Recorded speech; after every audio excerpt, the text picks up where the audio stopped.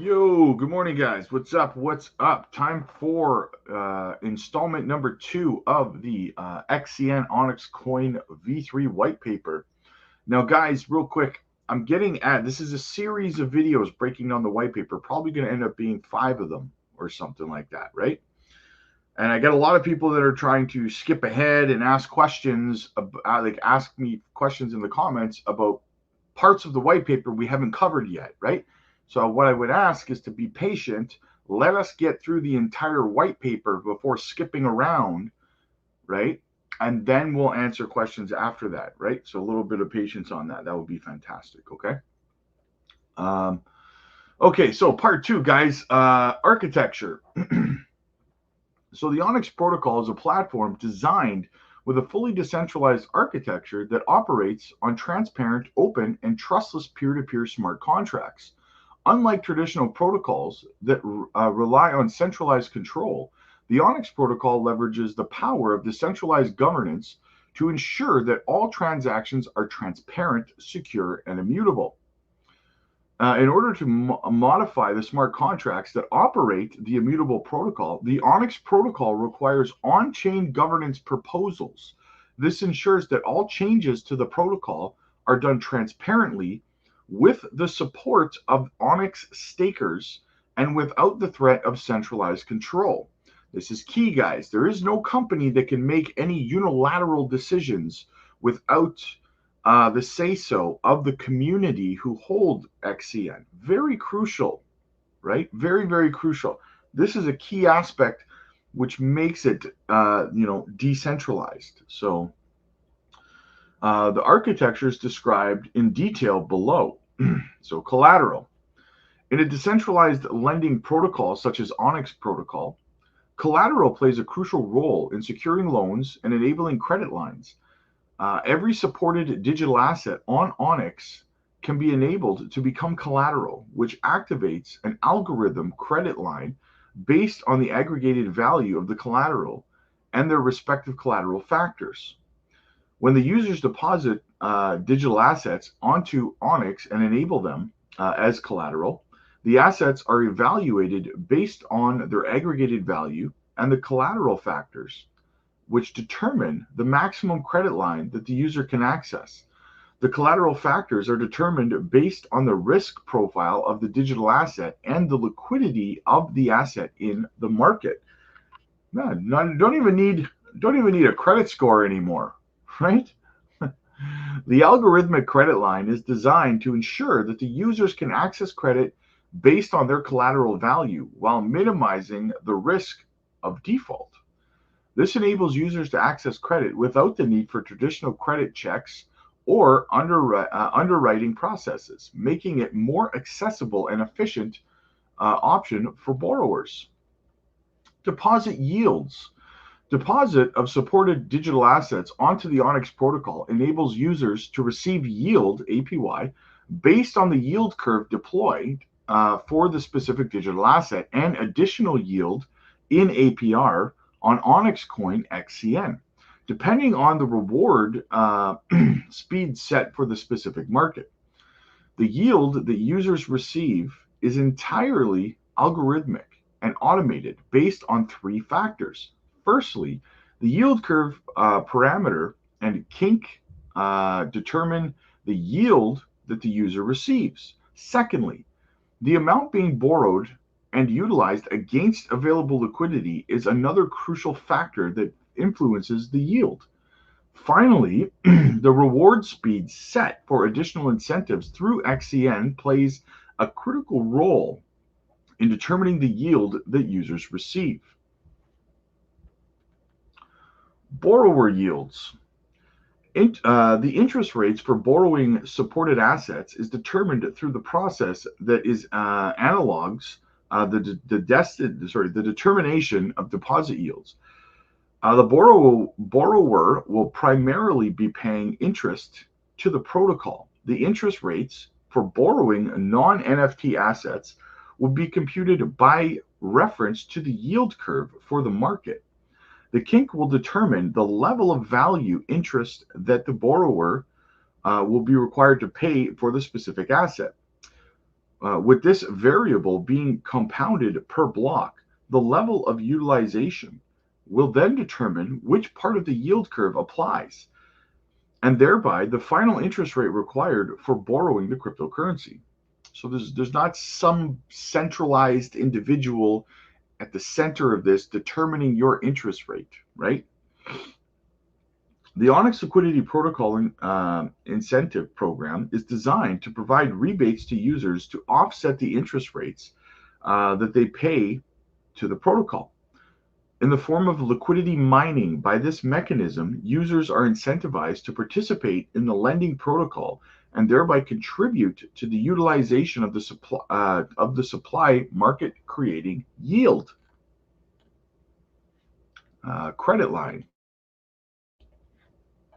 The provision of a credit line is an automated process that is triggered once collateral is enabled and is dependent on the available liquidity on the platform. The credit line is designed to allow users to borrow either Ethereum or ERC20 tokens, including USDT and USDC stablecoins. Essentially, the borrowing process opens up a perpetual loan that does not require any monthly payment or has any expiration date. To ensure that the user is aware of the interest payment, it is compounded per block and subsequently added to the required debt repayment. In terms of interest rates, the specific rates for borrowing different assets are determined by the asset yield curve, base rate, and utilization. As such, the overall borrowing rate is determined by the interplay between these two different factors. The credit line is dynamic and changes if the supply collateral asset price fluctuates. Reserve factors. The reserve factor is essentially a percentage of the determined by the Onyx DAO and is set on each supported market that has borrowing capabilities, which accumulates a reserve for the protocol to ensure platform security. For instance, the reserve factor is typically set to 20%. This supply that when a user borrows Ethereum at the interest rate of 10%, 2% of the interest rate is paid to the protocol, while the depositor earns the remaining 8%. So the protocol earns 2% of the 10% interest rate, and the individual such as yourself supplying the Ethereum that's being borrowed, you get 8% APY, right? You see how that works? Overall, the reserve factor is designed as protection for the decentralized lending protocol, and its percentage is determined by the Onyx DAO.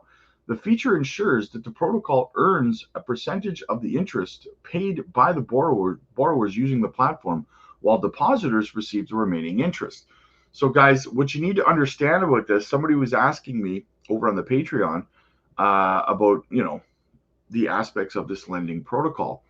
And there's another aspect of it that's not really been, that we haven't really dived deep into yet. Anyway, and that is the fact that as a depositor, as someone who is supplying digital assets and collecting APY, think of it as almost like staking, right?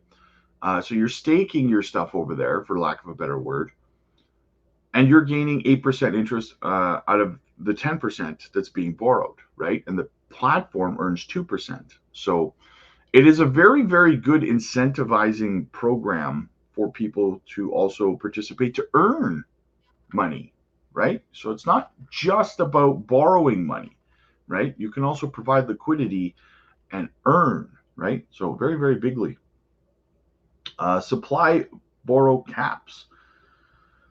Okay, so each market is protected through the implementation of supply and borrow caps. The supply cap is essentially the maximum limit on the number of units that can be supplied to the protocol. Typically, this cap is added to assets that have high fully diluted valuations, or coins that exhibit lack of liquidity, which in turn require high risk margins.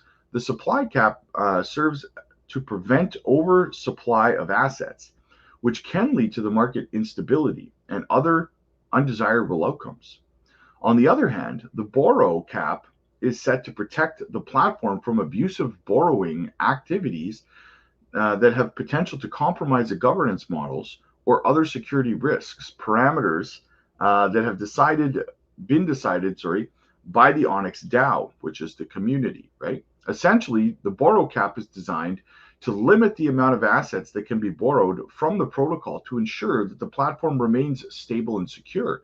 By implementing both supply and borrow caps, the decentralized lending protocol can effectively mitigate risks associated with market instability and potential attacks to the platform's governance models. So they have these caps in place. So basically, people can't borrow. No one can come along and borrow so much money that there's no liquidity left on the platform and it goes kaput, right? So that's why they have these security caps in place to protect both the borrowers and the lenders. So very, very bullish, guys. So, but that's part 2 of the video, guys. We're going to cap it there. Next, we will move on to security in the next video. So, as always, guys, hit the like, hit the subscribe button, click the join button, guys. Join our community, support the channel if you appreciate the deep dives that we do and breaking down stuff like white papers, having special guests, all kinds of stuff. Definitely support the channel by clicking the join button. Or, guys, book your one-on-one coaching session today. Jump over to the Patreon. The link is down in the description. Let's get you up to speed on everything you need to know for this bull run, guys. So get your spots booked. We don't have many left.